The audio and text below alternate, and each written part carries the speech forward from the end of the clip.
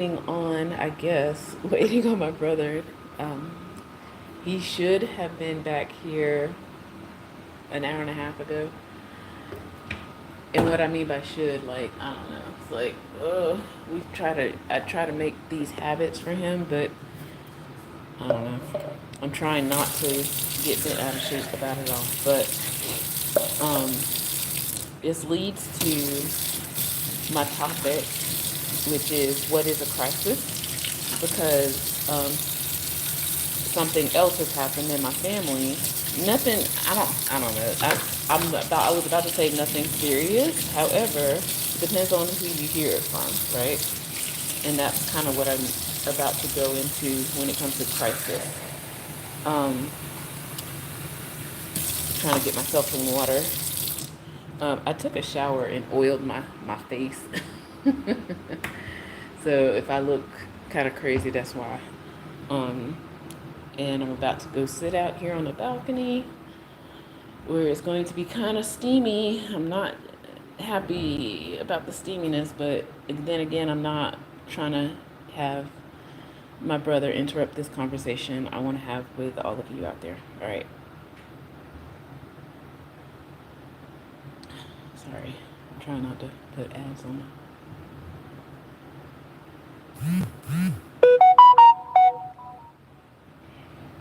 Okay. All right. A crisis. I mean, a crisis, I guess by definition, is something that happens that's like serious and um, very threatening, I guess. Um, Let me open this door. Sorry. So, a crisis is something that happens that's really serious and um, monumental, big things, big events, and all this other stuff, right? So, I got a text from my mom saying that one of my nephews, um, was in a crisis, and I was like, "What? Like, what's happening?" So, I'm not sure about all the details because I'm sure she doesn't know all the details either. But um, he finished his first year in college this spring, but he doesn't now know if he's going to be able to go back to college. Um, she mentioned something about his credits, not having enough credits. And from what I know, he is a good student. So I don't think per se that he failed anything. I don't think. Um, I don't know if he had been advised to not take many classes, and that's kind of where I'm thinking that may have happened. That he either didn't take advice or he was told not to take so many classes. I don't know. But so it sounds like he doesn't have enough classes to get grants for next school year. And for a second, I was also thinking, well, maybe it's this new Trump law that happened, but that doesn't go into play until next year.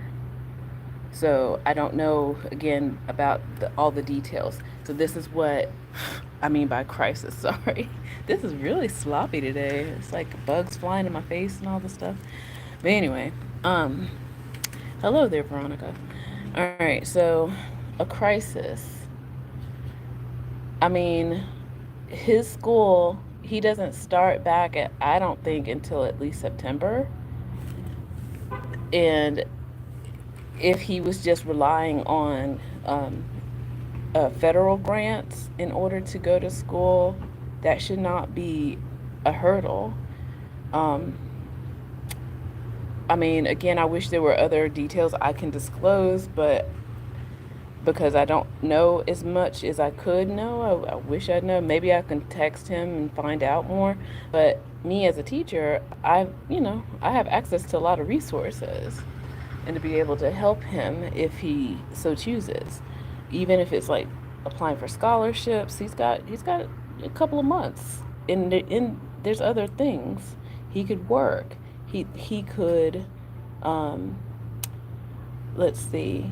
He could take, and this is what I suggested. He could take classes online if it's the the what you call it, foundational classes, because he's going for engineering. Sorry, my other alarm is going off. Um, let me turn that off.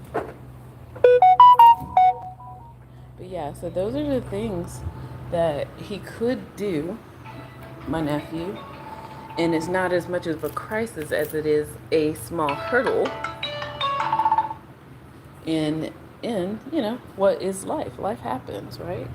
We all have things that happen in life, but then there's definitely when uh, the things that happened to my brother, though, that was definitely crisis in that, life-threatening situations and things like that nature. I'm not trying to belittle my nephew at all, but I'm also knowing what I know. Sometimes it's about what you know. It's like you got to find the people who might know more than you to be able to assess the situation. And so, yeah, I'll probably reach out to him probably tomorrow because my mom, she's in a panic and she's like, oh, he won't go to school and this and that. And it's not like they're saying that he flunked out.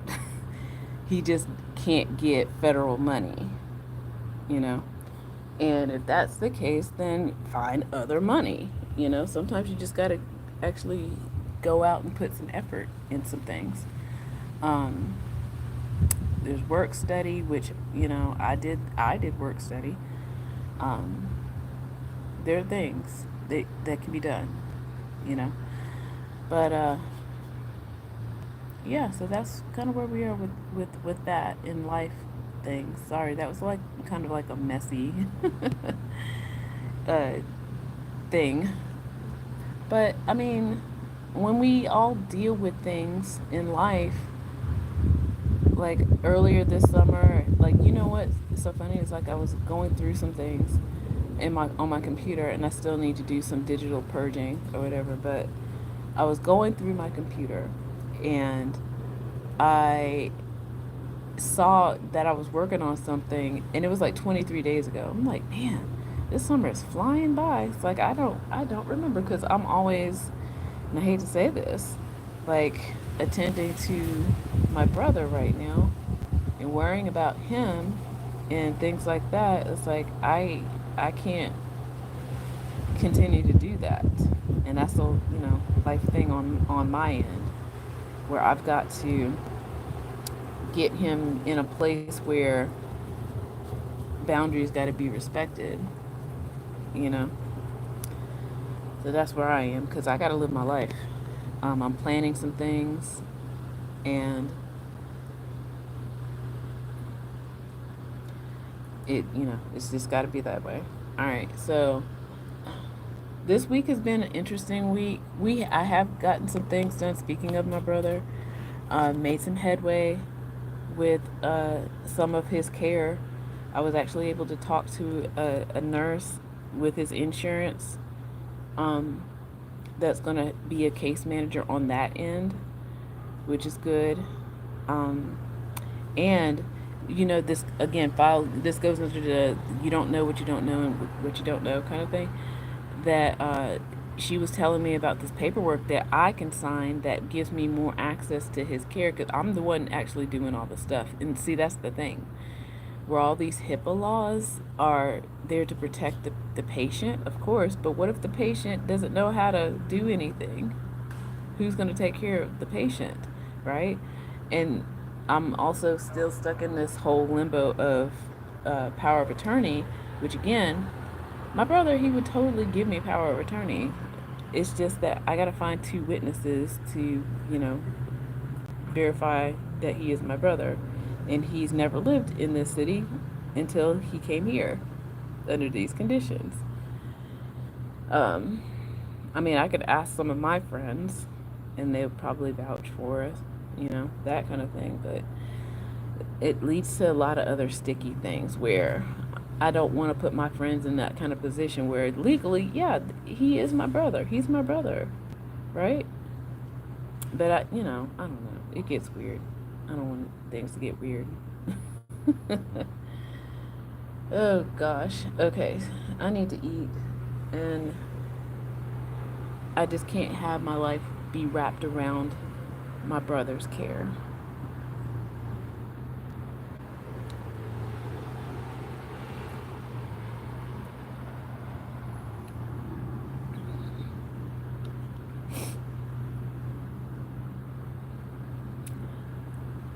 And like I said, it's been a good week for me, in my opinion. I think um, I hasn't gotten a lot of sleep this week. He did get a shot yesterday. Internet's been down here at the apartment, like, but as you can see, I'm fine. I can go without. I got a phone. um, I don't know. I'm trying to always, not always, but as easily as, I'll say this, as easily as people look to the negative, we can look to the positive. And as an exercise as I just did, I'm noting all the good things that happened this week for me and for us. Oh yeah, got him some furniture, you know? Um, Instead of thinking about the negative things. But I've made some more gains. Like I said, that paperwork, that HIPAA paperwork that's coming, that's good. Um, Other things that are happening, um, hopefully with this nurse, this caregiver nurse on the insurance end, if she has some leverage, because I've not been having much luck getting uh, psychologists, no, counselor and psychiatrist help for my brother. And because that's really what he really needs at this point now. It's like he's been eating better, his sleep's not been this great this week. If they can help this nurse help with getting and affording back to that Medicare kind of thing, a counselor for him and or a psychiatrist that can help, because he is very teachable. That's the thing. It's just a matter of getting those things and those routines in line. I can teach him oh yeah, that's the other thing. So I'm going to leave it with that, because we did have a slight conversation about hormones and emotions, and I explained to him. I'm trying to remember what he asked me. It was about feeling anxious after something happened, even though the thing had already happened. I was like, well, yeah, that's built up adrenaline in your body, and that's natural. That happens to performers. When I'm a performer, so even after you perform, you still got all this energy in your body, and you're like, you don't know what to do. And I kind of related that to him as a former athlete. They usually just burn it off, just run around or whatever they do. But yeah, I'm just trying to teach him somatically, like emotions, if that makes sense. So what his emotions feel like in his body, and help him recognize what they feel like in his body. And that excitement and anxiety, they are positioned the same places in your body. You just name it a certain thing. Okay? It's all in what you call it. That's like my podcast. It really is. It's all in what you call it. It's like it's either excitement or anxiety. So, do what you will with that. All right. So, yeah, it's getting really warm out here. So I'm gonna make myself some dinner and assume that my brother is on his way back from wherever he is, even though that it does bug me